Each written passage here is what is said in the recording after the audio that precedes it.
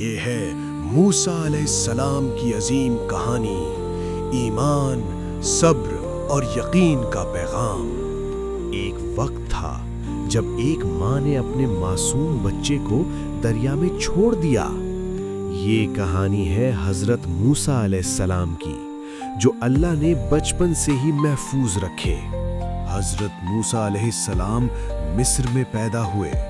اس وقت فرعون کا راج تھا جو ظلم کرتا تھا۔ فرعون نے حکم دیا تھا کہ سارے لڑکوں کو قتل کر دیا جائے۔ موسیٰ علیہ السلام کی والدہ نے اللہ کے حکم سے انہیں ایک صندوق میں رکھ کر نہر میں چھوڑ دیا۔ اللہ نے ان کی حفاظت کی۔ نہر کا پانی موسیٰ علیہ السلام کو فرعون کے محل تک لے گیا۔ فرعون کی بیوی آسیہ رضی اللہ تعالی عنہا نے انہیں بیٹے کی طرح اپنا لیا۔ اس طرح موسیٰ علیہ السلام کا بچپن فرعون کے محل میں گزرا۔ جوانی میں موسیٰ علیہ السلام نے غلطی سے ایک آدمی کو مار دیا۔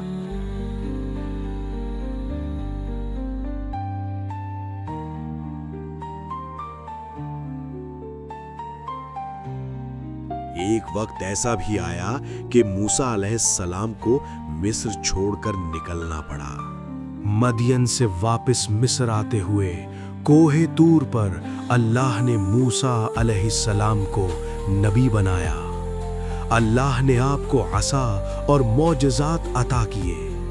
موسیٰ علیہ السلام نے بھائی ہارون علیہ السلام کے ساتھ فرعون کے دربار میں جا کر کہا، اللہ پر ایمان لاؤ، مگر فرعون نے تکبر کیا اور نہ مانا۔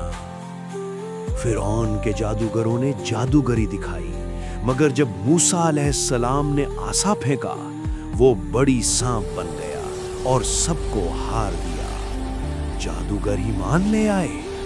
اللہ نے موسیٰ علیہ السلام کو حکم دیا کہ بنی اسرائیل کو مصر سے نکال لو۔ فرعون اپنی فوج کے ساتھ پیچھے آیا، اور جب سمندر سامنے تھا تو اللہ نے اپنی قدرت سے سمندر کو 2 حصوں میں بانٹ دیا۔